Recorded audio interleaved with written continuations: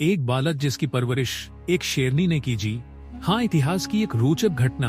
उत्तर प्रदेश में स्थित बदायूं नामक स्थान पर सीताराम सिंह नामक राजा हुआ करता था। सीताराम जी के 100 पुत्र थे। उनके 5वें बेटे का नाम था राव सिंहा जी।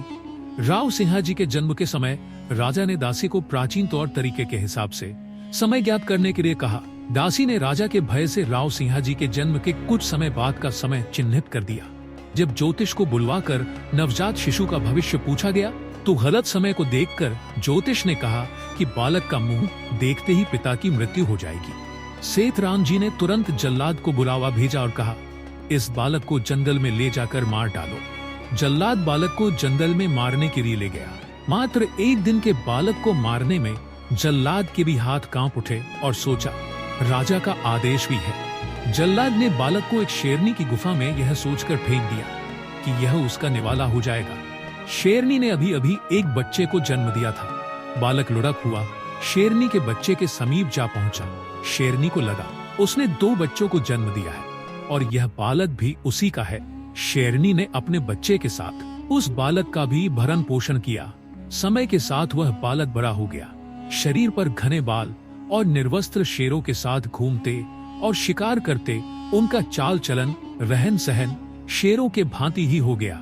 राजस्थान के पालीवाल ब्राह्मण यानी पाली जिले के कुछ ब्राह्मण जो व्यापार के मंसूबे से उसी जंगल से गुजर रहे थे, उन्होंने देखा 5 शेर आपस में लड़ रहे हैं, लेकिन उनमें 5वां इंसान है।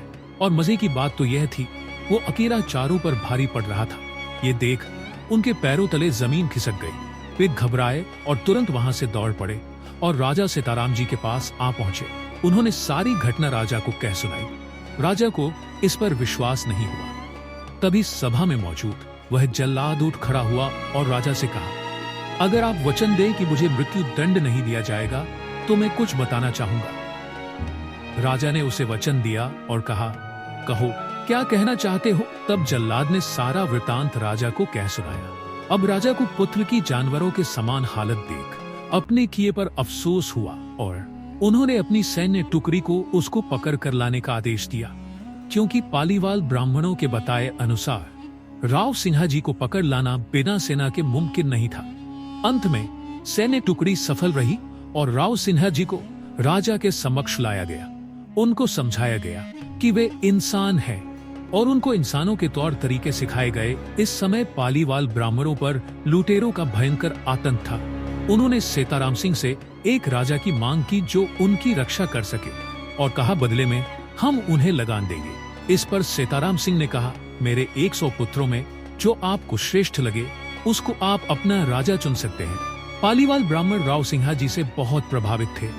उन्होंने राव सिंहा जी को अपना राजा चुना और इस तरह राठौड़ राजवंश के संस्थापक राव सिंहा जी ने 160 घुड़सवार के साथ राजस्थान की पावन धरा में प्रवेश किया। बहादुर और पराक्रमी योद्धा राव सिंहा जी ने पाली में आते ही लुटेरों और डाकुओं का भीषण नरसंहार किया और उनका नामो निशान मिटा दिया। और एक बार राव सिंहा जी गौरक्षा में अकेले ही एक सैन्य टुकड़ी से भिड़ गए और इस मुठभेड़ में बलिदान हो गए। इस वृतांत के पुराने हस्तचित्रित चित्र आज भी जोधपुर के मेहरानगढ़ किले में मौजूद है। कालांतर में रुडिया किपलिंग नामक मशहूर अंग्रेजी लेखक यहाँ आए और इन पेंटिंग्स को देखा और लोगों से इसके बारे में पूछा। बाद में इसी घटना से प्रेरित होकर उन्होंने एक पुस्तक लिखी जिसका नाम है द जंगल बुक। उन्हें इसके लिए नोबेल पुरस्कार भी मिला।